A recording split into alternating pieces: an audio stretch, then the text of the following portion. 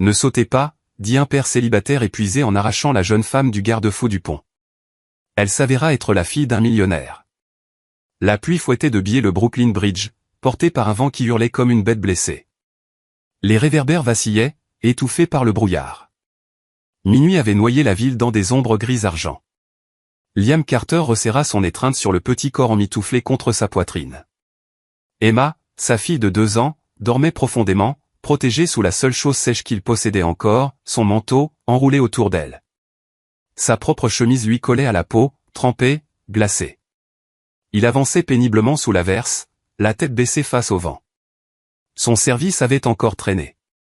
Une nouvelle longue marche jusqu'à la maison. Une nouvelle nuit à lutter pour surnager. Puis il la vit. D'abord une silhouette floue au bout du pont. Une forme dans la tempête. Une femme debout sur la rambarde extérieure, pieds nus, les bras légèrement écartés, sa robe collée à son corps comme une peau de fantôme. Son cœur bondit. Elle allait sauter. Liam partit en courant, le poids d'Emma cognant contre ses côtes. Et, cria-t-il, la voix arrachée par le vent. Non, attendez. La jeune femme tourna la tête au moment où son pied glissa. Elle bascula en avant. Liam plongea. Sa main se referma sur son poignet juste à temps. L'élan le projeta vers l'avant. Son genou heurta la rambarde de fer avec un craquement écœurant, il manqua lâcher prise. Emma hurla, secouée, terrifiée. Liam se tordit pour la protéger tout en luttant pour tenir bon. La jeune femme hurla, suspendue au-dessus du fleuve déchaîné, l'autre bras battant l'air, ses cheveux fouettés autour de son visage, sa robe mouillée collée comme de la glace. Liam serra les dents, la pluie l'aveuglant. Ses doigts glissaient, sa peau était lisse, la pluie implacable. Ne lâchez pas, cria-t-il. Je n'y arrive pas, votre prise. Je vous tiens, souffla-t-il, le souffle court, la voix tremblante d'effort. Ne bougez pas. Elle paniqua, se débattit, rua. Chaque mouvement tirait sur son bras, desserrait la prise. Arrêtez, haleta Liam. Vous glissez. Je ne voulais pas, je ne voulais plus. Sanglota T.L. Ça va. Je vous tiens. Ne luttez pas, je vous en supplie. Ses bras brûlaient. Ses genoux le lançaient.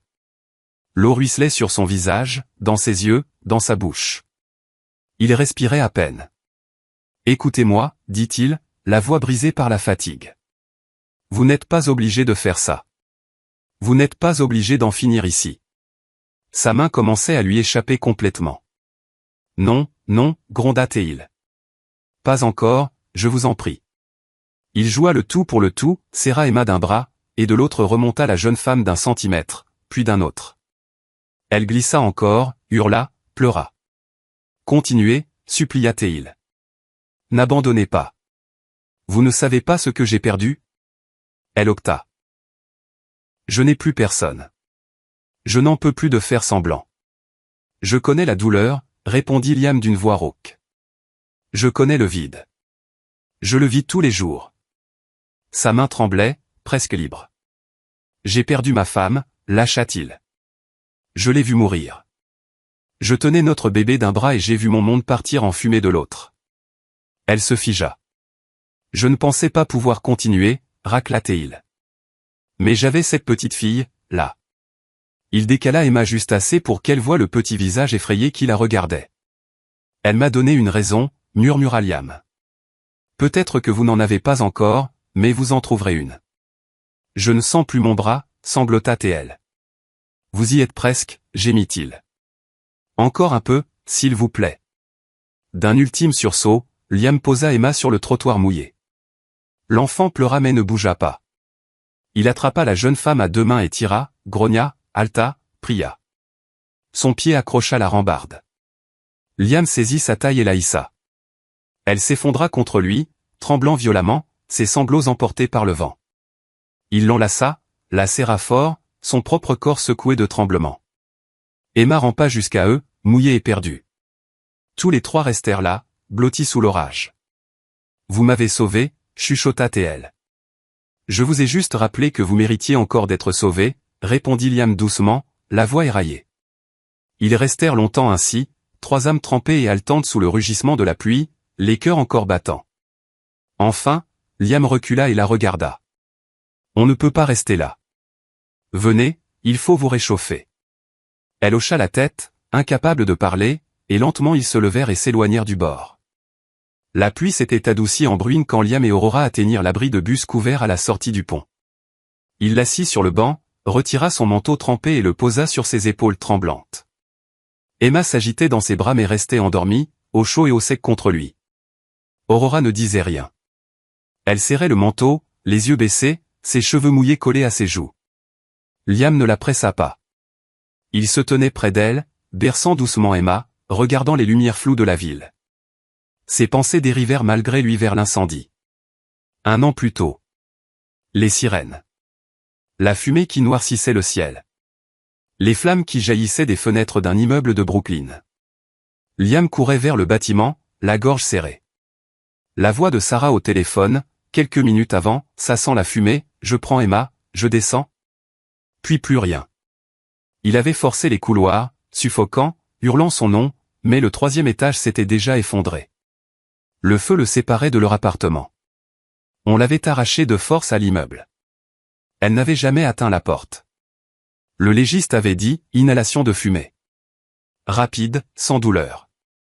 Mais rien n'avait été rapide ni indolore. Pendant des semaines il n'avait pas pu regarder Emma sans s'effondrer. Il avait quitté les pompiers, donné ses médailles, déménagé dans un quartier moins cher, enchaîné les petits boulots pour les faire vivre. La culpabilité ne l'avait jamais quitté. À présent, en regardant la jeune femme dans son manteau, agrippée comme à une bouée, il reconnaissait le même poids creux dans ses yeux. Le silence dura, seulement brisé par le vent et le chuintement des voitures. Puis, doucement, Aurora parla. Ma mère est morte dans un accident de voiture quand j'avais 16 ans. Liam tourna légèrement la tête. C'était tout pour moi.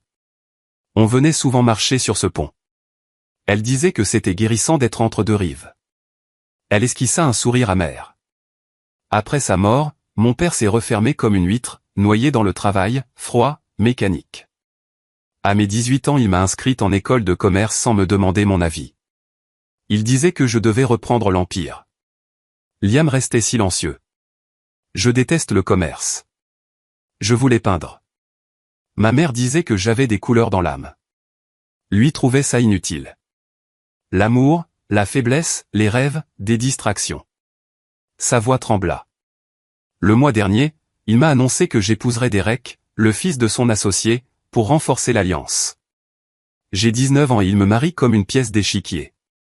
J'ai résisté. Il a répondu, très bien, pars, et tu perds tout. L'argent, le nom, la maison. Alors je suis parti, j'ai erré, je me suis retrouvé sur le pont. Tout ce que je voyais, c'était que ma mère adorait ce pont et que je haïssais la vie qu'on m'imposait. Liam s'assit enfin près d'elle. Je suis désolé. Elle le regarda de côté. Vous ne me connaissez même pas. Pas besoin. La douleur, c'est la douleur. Elle ne regarde pas si on porte des vêtements d'occasion ou des bottes de luxe. Elle tranche pareil. Elle laissa échapper un souffle mi-sanglot, mi-rire. Tout le monde me dit que j'ai de la chance. Tu as tout, Aurora. Mais je ne me sens pas chanceuse. Je me sens invisible. Liam baissa les yeux sur Emma qui ronflait doucement sur ses genoux. Vous n'êtes pas invisible. Vous êtes là, vivante, en ce moment. Ça compte. Aurora cligna rapidement des yeux pour retenir une nouvelle vague de larmes. Vous m'avez sauvé ce soir. Liam secoua la tête. Non. Vous vous êtes sauvé vous-même. Je vous ai juste rappelé que c'était encore possible. Nouveau silence, mais leur fardeau, entre eux comme le brouillard, semblait commencer à se lever. Pour la première fois depuis longtemps, aucun des deux ne se sentait totalement seul. La pluie était devenue glaciale quand Liam héla un vieux taxi et donna une adresse de l'autre côté de la ville.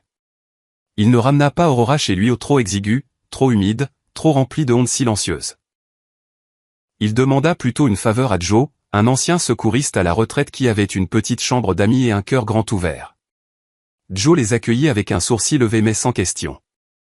Liam se contenta de dire, elle a besoin d'un endroit sûr pour la nuit. Cela suffit. Joe les fit entrer, leur donna des serviettes sèches près du radiateur. Aurora s'assit au bord du canapé, toujours enveloppée dans le manteau de Liam. Sa robe mouillée collait à sa peau, ses cheveux gouttaient encore sur ses épaules. Emma, désormais bien réveillée, trottina vers elle et tendit la main sans hésiter. « T'as froid ?» demanda la petite avec une gravité bien trop grande pour son âge. « Un peu » avoua Aurora. Emma tira la serviette de ses propres épaules et la tendit. « Ça va t'aider. » Aurora rit, un son brisé mais sincère, prit la serviette et s'enveloppa. « Merci, ma puce. » Liam les observa, la gorge serrée. Il disparut dans la petite cuisine, trouva une bouilloire ébréchée, un reste de camomille, 2 tasses dépareillées. Ce n'était pas grand-chose, mais c'était chaud. Il revint et posa les tasses sur la table basse. « J'aurais aimé avoir mieux. » dit-il, gêné. Aurora leva les yeux. « C'est parfait. » Elle prit la tasse à 2 mains, laissa la vapeur lui réchauffer le visage. Emma s'était endormie sur un tas de couvertures, pouce dans la bouche. Liam s'effondra dans le vieux fauteuil, sa chemise encore collée à son torse. Il ne fit aucun geste pour récupérer son manteau. « Vous grelottez » murmura Aurora. « Reprenez votre manteau. »« Ça va. Vous en avez plus besoin que moi. » Elle hésita. « C'est votre seul manteau, n'est-ce pas ?» Il ne répondit pas. Elle reporta son regard sur la vapeur. « Pourquoi m'avoir aidé ?» Liam haussa les épaules, les yeux fixés sur sa fille endormie. « Parce qu'on m'a aidé, une fois. Après la mort de Sarah, je ne savais plus comment vivre. Je tenais un bébé et je coulais. Joe, il venait tous les jours, apportait à manger, changeait les couches, restait avec moi quand je n'arrivais plus à parler. » Aurora écoutait en silence. « Je n'ai pas grand-chose, » continua Liam. « Mais je sais ce que c'est de se sentir au bord du vide. Et je sais ce que ça fait quand quelqu'un tend la main, même juste un instant. » Elle le regarda vraiment, les rides sur son visage, les cernes, les mains calleuses et crevassées. Et pourtant il lui avait tout donné cette nuit-là sans rien demander en retour. « Je croyais que l'amour, c'était être utile, » dit-elle après un long silence. « Mais mon père ne m'aime que quand je sers à quelque chose. » Liam secoua doucement la tête. « L'amour, ce n'est pas l'utilité. C'est la présence. Rester, même quand c'est dur. Surtout quand c'est dur. » Les yeux d'Aurora s'embuèrent, mais cette fois ce n'était pas de douleur. Gratitude. Espoir, peut-être. Elle regarda Emma qui ronflait doucement. « Vous ressemblez à la famille que je n'ai jamais vraiment eue. » Liam ne sut que répondre, il hocha simplement la tête, le poids de ses mots s'enfonçant profondément en lui. Cette nuit-là, pour la première fois depuis longtemps, Aurora ne rêva pas de tomber. Elle rêva de recommencer. Le soleil se levait à peine quand Liam s'éveilla sur le vieux canapé. Une douleur sourde battait derrière ses yeux après cette nuit sans sommeil. Emma, blottie contre lui dans un nid de couverture, dormait encore. La maison était silencieuse. Aurora avait disparu. Sur la table basse, une serviette soigneusement pliée et une feuille de papier tenue par la tasse vide. « Merci de ne pas avoir lâché prise, merci de m'avoir rappelé que je comptais encore. J'avais besoin de me sentir humaine à nouveau. Je vais m'en sortir maintenant. » Ah. Liam fixa le mot longtemps. Quelque chose d'inexprimé se serra dans sa poitrine. Il n'avait jamais su son nom de famille, jamais eu de numéro. Elle était entrée dans sa vie comme une tempête et en était ressortie comme la brume du matin. Des semaines passèrent. Il pensa à elle, se demanda si elle allait vraiment bien, si elle avait trouvé la sécurité ou s'il n'avait fait que repousser l'inévitable. Mais le temps continua. Lui aussi. L'hiver fut rude. Le travail rare. Liam prit tous les chantiers possibles, nettoya des caves, répara des cloisons, transporta des caisses dans des entrepôts glacés. Ses mains saignaient souvent. Son dos le faisait constamment souffrir. Mais il tenait bon. Pour Emma. Toujours pour Emma. Puis un matin de février, tout bascula. Un chantier banal à Brooklyn. À peine quelques heures après le début, Liam était sur l'échafaudage du 2e étage, aidant à fixer une poutre d'acier quand un boulon rouillé céda. Il n'eut même pas le temps de crier. La chute fut courte mais brutale.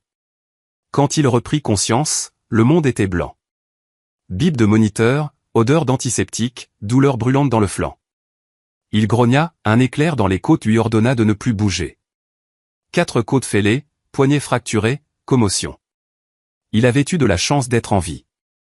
Emma était chez Joe le temps de sa convalescence. Il flotta des jours entre sommeil et veille, entouré de murs stériles, jusqu'au jour où une voix prononça son prénom. Il tourna lentement la tête. Une femme se tenait dans l'encadrement de la porte, grande, élégante, cheveux dorés retenus en tresses souples, manteau crème, bouquet d'hortensia bleu pâle à la main. Il la reconnut à peine. Puis son souffle se bloqua. Aurora. Elle sourit, nerveuse mais rayonnante. Salut. Il tenta de se redresser, grimaça aussitôt. Je pensais ne plus jamais te revoir. Je sais, dit-elle doucement en s'approchant. Je suis désolée d'être partie comme ça. J'avais besoin de temps, d'espace. Je n'étais pas prête. Elle posa les fleurs dans un vase, s'assit près du lit. J'ai suivi les nouvelles discrètement. J'ai vu ton nom dans un article. L'accident. Je suis venu dès que j'ai pu. Liam cligna des yeux. Comment as-tu? Aurora inspira. Il y a quelque chose que je ne t'ai pas dit cette nuit-là. Je m'appelle Aurora Whitmore. Mon père est Harold Whitmore, le promoteur immobilier. Liam resta bouche bée. Oui, ce Whitmore-là. Les gratte-ciel, les jets privés, les classements Forbes et zéro talent de père.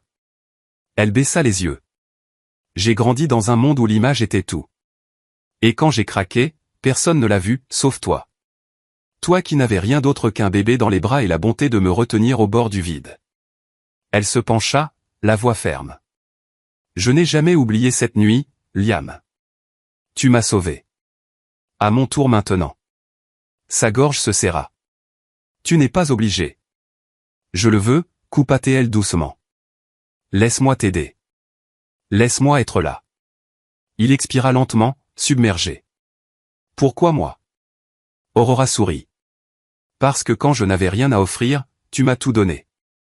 Et parce que je ne me suis jamais senti aussi vu que cette nuit sous la pluie. Le silence qui suivit était chargé d'émotions, de souvenirs, de quelque chose qui recommençait. Pour la première fois depuis l'accident, Liam sourit. Les jours après sa sortie d'hôpital s'installèrent dans un rythme doux, matin lent, petite promenade, odeur de guérison. Aurora venait souvent, toujours avec un sourire chaleureux, des courses ou un petit quelque chose pour Emma. Parfois des fournitures de peinture, parfois une soupe qu'elle avait appris à faire auprès de la cuisinière de son ancienne maison. Mais plus que ce qu'elle apportait, c'était sa présence. Patiente, sans envahir le silence. Emma l'adorait. Elle grimpait sur ses genoux avec des livres, exigeait de lui tresser les cheveux, suppliait qu'elle reste dîner même quand ce n'était que des restes. Liam observait tout cela le cœur sur ses gardes. Il se promenait au parc, Liam avançant lentement à cause de ses côtes, Aurora poussant la poussette d'Emma. Le printemps arrivait, lumière douce, nouvelles feuilles, espoir dans l'air. Un après-midi sous un cerisier naissant, Aurora demanda. Tu penses parfois à recommencer à zéro? Liam regarda ses mains abîmées. Tous les jours. Mais c'est dur quand on traîne encore tout le passé. Elle hocha la tête. Oui, je sais. Et toi, ton recommencer, ça ressemblerait à quoi? Elle hésita. Un petit atelier de peinture. Rien de luxueux. Juste de l'espace, des couleurs, et du calme pour les gens qui ressentent trop fort. Il sourit. Ça a l'air parfait. Et moi, un jardin avec de l'herbe. Emma qui court pieds nus. Peut-être quelqu'un avec qui partager ça. Leurs regards se croisèrent un instant. Tout s'arrêta. Aurora détourna les yeux, un sourire timide. Ça a l'air d'une chose qui vaut la peine d'être construite. Avec le temps, elle découvrit le quotidien de Liam dans ses moindres détails. La façon dont il pensait les genoux écorchés d'Emma, relisait son livre préféré même épuisé, comptait chaque dollar pour qu'il s'en sorte. Il ne demanda jamais d'aide. Pas une fois. Un jour, Aurora apprit que la facture d'hôpital était arrivée énorme malgré l'assurance. Sans un mot, elle la régla. Des semaines plus tard, elle trouva une enveloppe glissée sous son carnet de croquis. Dedans, 45 $ en billets froissés et une note, pour l'hôpital. Je paierai le reste. Promis. Elle. La semaine suivante, une autre enveloppe. 60 $. Puis 20. Puis 35. De petites sommes, parfois des pièces. Mais toujours quelque chose. Elle n'en parla jamais. Elle pleura simplement le jour où elle comprit ce qu'il faisait. Ce n'était pas l'argent. C'était le message, je ne profiterai jamais de ta bonté. Il lui rendait tout ce qu'il pouvait, enveloppe après enveloppe. Un soir, Emma dessina sur le sol avec Aurora. Elle brandit son chef-d'œuvre. Regarde, Aurora. Toi, papa, et moi. On fait quoi? Demanda Aurora en souriant. Une famille, répondit Emma joyeusement. T'es ma nouvelle maman maintenant, hein? Le temps se figea. Liam leva les yeux, ébahi. Aurora retint son souffle, les larmes montèrent. Elle caressa les cheveux d'Emma. C'est la plus belle chose qu'on m'ait jamais dite, murmura-t-elle. Emma la serra fort et reprit ses crayons. Aurora se leva, alla dans la cuisine, les mains tremblantes. Liam la suivit. Je ne voulais pas qu'elle dise ça. Commença-t-il. Elle est petite, répondit Aurora d'une voix brisée. Mais Liam, je ne me suis jamais senti aussi moi qu'ici. Avec elle. Avec toi. Il s'approcha. Moi non plus. Ils restèrent là, dans la minuscule cuisine, entourés de vaisselle dépareillée et d'odeur de ragoût. Quelque chose d'indicible fleurit. Honnête. Vrai. Pour la première fois depuis le pont, Aurora ne se sentait plus perdue. Elle se sentait à sa place. L'histoire éclata un jeudi matin, Erie Aurora Whitmore vit avec un père célibataire à Brooklyn. Les tabloïds, les blogs, les réseaux sociaux s'enflammèrent. Les paparazzis envahirent le petit immeuble. Flash à la fenêtre, cri dans le couloir. Liam tira les rideaux, verrouilla la porte. Aurora, figée dans la cuisine, regardait son téléphone trembler sous les appels de son père. On frappa. 2 hommes en costume, garde du corps. Vous devez nous suivre, mademoiselle Whitmore. Votre père l'exige. Liam s'avança. Elle n'est pas prisonnière. L'homme l'ignora. Si vous refusez, monsieur Whitmore prendra des mesures légales. Aurora hésita, se tourna vers Liam, les yeux pleins d'excuses. Je vais arranger ça. J'ai juste besoin de temps, chuchota-t-elle. Et elle partit. En quelques heures, le nom de Liam fut traîné dans la boue. Émission télé, article mensonger, il aurait profité d'elle, il aurait abandonné son poste le soir de l'incendie, il aurait des problèmes de colère. Tout était faux, mais le mal était fait. Les chantiers se fermèrent. Les voisins chuchotaient. Emma demandait pourquoi Aurora ne revenait plus. Aurora, elle, se retrouva cloîtrée dans le penthouse paternel, 25 étages au-dessus de la ville, mais en cage. Téléphone confisqué, internet limité. Son père appelait ça « protection ». Sais-tu le scandale que tu as causé, tonna Harold Whitmore. Tu nous as couverts de honte. Je ne suis pas votre objet, cria Aurora. Vous ne me contrôlez pas. Il abattit son verre sur le comptoir. Cet homme te manipule. Les types comme lui, je connais. Pauvre, opportuniste. Il est plus père que vous ne l'avez jamais été. Le visage de son père se figea. Tu es consigné jusqu'à nouvel ordre. Sa chambre fut fermée de l'extérieur. Mais le feu était allumé en elle. 3 nuits plus tard, sous une nouvelle pluie, à 3h12, une silhouette descendit l'escalier de secours du penthouse. Aurora, Woody, Jean, sac à dos, passa les gardes et disparut dans la nuit. Liam somnolait dans un fauteuil, Emma sur les genoux, quand on frappa. Il ouvrit prudemment. Elle était là, trempée, essoufflée, les yeux brillants de défi. Si vous voulez encore de moi, je suis là. J'ai tout laissé, l'argent, le nom, la sécurité. Mais je refuse de vous laisser, toi et Emma. Il la regarda, abasourdi. Il s'écarta simplement. Aurora entra, lâcha son sac, les enlaça tous les deux sans un mot. Emma remua dans son sommeil et marmonna, t'es revenu? Aurora embrassa son front. Oui. Dans le petit appartement encombré, au milieu de la tempête extérieure, une autre tempête s'apaisa enfin. Ils étaient ensemble. Pas riches, pas à l'abri, pas certains. Mais vrai. Et cela suffisait. Le matin où Aurora entra dans le bureau des avocats de son père, elle ne portait ni manteau de créateur ni talons hors de prix. Jean, t-shirt noir, pas de maquillage, cheveux en tresse simples. Les avocats la regardèrent, déconcertés. Harold Whitmore, au bout de la table, la fusilla du regard. Je viens signer, dit-elle calmement. Signer quoi, demanda-t-il, glacial. Les papiers. Pour renoncer au trust Whitmore, à l'héritage, aux parts de la société. Tout. Silence de mort. Je ne veux pas de votre argent. Ni de votre nom. Son père se leva d'un bond. Ne sois pas ridicule. Tu es en colère, tu ne réfléchis pas. Je n'ai jamais réfléchi aussi clairement, coupa-t-elle, posée. Je veux une vie que je construis de mes propres mains, pas une vie fondée sur le contrôle et les conditions. Il la fixa, la poitrine haletante. Si tu sors de cette pièce, tu perds tout. Aurora soutint son regard. Non, papa. Je marche vers quelque chose de vrai. Elle signa et partit. Les semaines suivantes, Aurora travailla dans un petit café de Williamsburg. Elle apprit à faire des lattes, à récurer les sols, à sourire aux clients difficiles.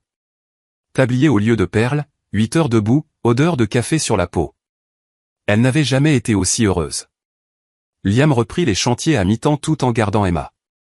Ensemble ils économisèrent, rêvèrent, planifièrent l'ouverture de leur propre café, un endroit chaleureux près du pont, avec des lumières douces, des muffins maison et de l'espace pour respirer. Aurora peignit les murs elle-même. Liam construisit le comptoir en bois de récupération. Emma baptisa l'endroit « Seconde chance ». Ouverture discrète. Pas de presse, pas d'inauguration tapa accent grave l'œil. Juste des voisins, des amis, et l'arôme de cannelle et d'espoir. Un jeudi après-midi, un homme en costume gris entra et s'installa au fond. Aurora, près de la fenêtre, apprenait à Emma à tenir un pinceau. La petite riait, barbouillait de bleu. Comme ça, ma chérie. Des gestes doux. Laisse la couleur raconter l'histoire. L'homme observa en silence. Il vit Aurora repousser une mèche derrière l'oreille d'Emma. Vit l'enfant se blottir contre elle sans hésiter. Vit la femme qui avait été un pion dans son empire rayonner désormais de vie et de liberté. Pour la première fois depuis des années, quelque chose se brisa dans la poitrine d'Harold Whitmore. Il détourna vite les yeux, sortit un mouchoir, se leva sans bruit, glissa un chèque plié dans le pot, payez ce que vous pouvez, et partit. Aurora ne le vit pas. Mais elle trouva le chèque plus tard, non signé, avec une petite note, pour tes couleurs. H. Et elle pleura au pas parce qu'elle avait besoin de l'argent, mais parce que pour la première fois son père l'avait vraiment vu. Un an plus tard, le café ouvrait ses portes dans une brownstone rénovée près du Brooklyn Bridge. L'enseigne, peinte à la main en lettres dorées, Seconde chance. Sur un mur, des photos noires et blancs, le pont sous la pluie, Liam tenant Emma sous un réverbère, Aurora souriante dans la brume. Mais l'âme du café n'était pas le café. C'était le coin où se tenaient chaque semaine des groupes de parole, des cercles de guérison, des écoutes silencieuses. Aurora les avait lancés. La nouvelle se répandit. Les gens vinrent. Emma, presque 4 ans, slalomait entre les tables avec un petit tablier, vous voulez du café, monsieur? Un jeudi matin, des étudiants vinrent filmer Aurora pour leur projet. Elle s'assit sur un tabouret, main autour d'un mug. Il y a un an, j'étais sur ce pont. Je pensais que je n'avais plus le choix, que ma vie ne m'appartenait plus. Puis dans la pluie est apparu un inconnu, trempé, un enfant dans les bras, qui m'a dit, si tu vis, je serai le premier à te dire merci. Elle tourna les yeux vers la fenêtre, le pont se devinait au loin. Et j'ai vécu. Au fond de la salle, un homme en costume gris, lunettes noires, était assis seul. Sur la table, une enveloppe blanche. Il se leva sans bruit, la glissa dans la boîte à dons, partit. Dedans, un don conséquent à la Fondation Seconde Chance. Signature, Whitmore anonyme. Quand Aurora regarda vers la porte, il avait disparu. Mais l'enveloppe restait, et elle sourit un sourire calme, apaisé. Des semaines plus tard, le pont devint lieu de joie. Liam et Aurora s'y marièrent sous ses câbles d'acier. Guirlandes lumineuses, fleurs sauvages, brise parfumée de lavande. Liam en costume simple. Emma en robe blanche lançant des pétales. Aurora pieds nus, robe fluide, cheveux libres. L'officiant prononça, là où une vie a failli s'achever, une nouvelle commence. Après la cérémonie, la fête envahit le café. Rire, musique, toast. Plus tard, un homme aux cheveux gris entra, s'approcha d'Emma, lui tendit un petit paquet. Un livre, Seconde chance, avec son prénom dédicacé. Aurora se figea. Papa. Il hocha la tête doucement. Je croyais que l'héritage, c'était des immeubles. Mais c'est ce que vous avez construit ici qui dure vraiment. Ils restèrent silencieux un moment. Tu n'as pas besoin de devenir quelqu'un d'autre pour que je sois fier de toi, ajouta-t-il. Tu l'as déjà fait. Pas besoin d'excuses. Le pardon les avait déjà trouvés. Cette nuit-là, après le départ du dernier invité, Liam et Aurora s'assirent devant le café. Le pont illuminait le ciel derrière eux. Si tu ne m'avais pas retenu, chuchota TL. Si tu n'avais pas cru en moi, répondit-il. Emma courut pieds nus, un chocolat chaud à la main. J'adore ce pont, cria-t-elle. Je dirai à tout le monde que c'est le pont de l'espoir. Ils rirent. Et ils la crurent. Certains endroits ne sont pas là où tout finit. Certains sont là où tout commence. Le Brooklyn Bridge, qui avait failli être la fin d'une jeune femme, était devenu le symbole des secondes chances, de l'amour sans condition, et du courage de continuer malgré la tempête. Si cette histoire vous a touché le cœur, si elle vous a rappelé qu'au plus sombre de la nuit, l'amour peut encore trouver un chemin, alors vous aussi, vous croyez aux secondes chances. Chez Histoires qui touchent l'âme, nous vous offrons des récits vrais comme la vie, qui guérissent, qui inspirent et qui nous rappellent la beauté des liens humains. Abonnez-vous pour rejoindre une famille grandissante de cœurs qui croient encore à la compassion, à la résilience et au pouvoir discret de l'espoir. Cliquez sur la cloche pour ne jamais manquer une histoire qui pourrait changer votre journée, ou votre vie.